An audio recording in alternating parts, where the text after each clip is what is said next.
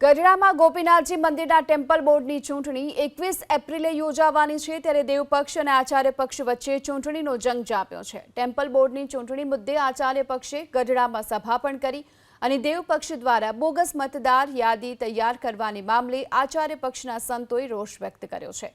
ગઢડા ગોપીનાથજી મંદિરના વહીવટ માટે દર 5 વર્ષે ટ્રસ્ટી બોર્ડની ચૂંટણી યોજાય છે।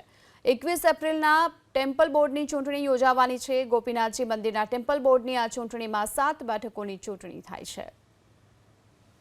આચાર્ય પક્ષ તરફથી હરિભક્તો સંતોની નામદાર કોર્ટમાં એવી રજૂઆત રહી છે કે આ 25,000ની મતદાર યાદી બનાવવામાં આવી છે તે એકદમ બોગસ બનાવવામાં આવી છે, જેમાં કોઈ સત્સંગીઓના નામ લખવામાં આવ્યા નથી।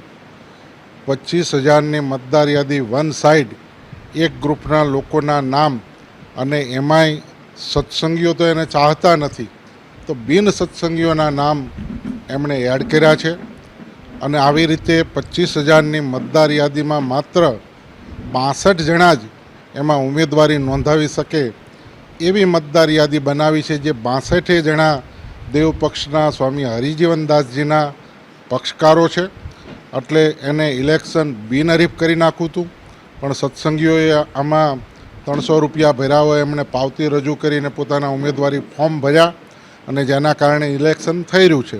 25,000નું વન સાઇડ મતદાર યાદી કરવા પછી આજે વાતાવરણ એવું પલટી માર્યું છે કે આખા સમાજની અંદર, આ વિસ્તારની અંદર બધા લોકોને ખ્યાલ આવી ગયો છે કે આ ધર્મની સંસ્થાની અંદર આ લોકોએ પાપ કરવું છે અને એ પાપની અંદર એમના નામે પૈસા ભરી મતદારો ઊભા કરી અને એમના મત લઈને ગરડા મંદિરનો વહીવટ કરવો છે। આ બધી જ બાબતો સત્સંગીઓ અને બિન સત્સંગી મતદારોના ધ્યાનમાં આવી ગઈ છે અને એ પ્રમાણે વોટિંગની અંદર બહુ મોટો ડિફરન્સ થઈ રહ્યો છે।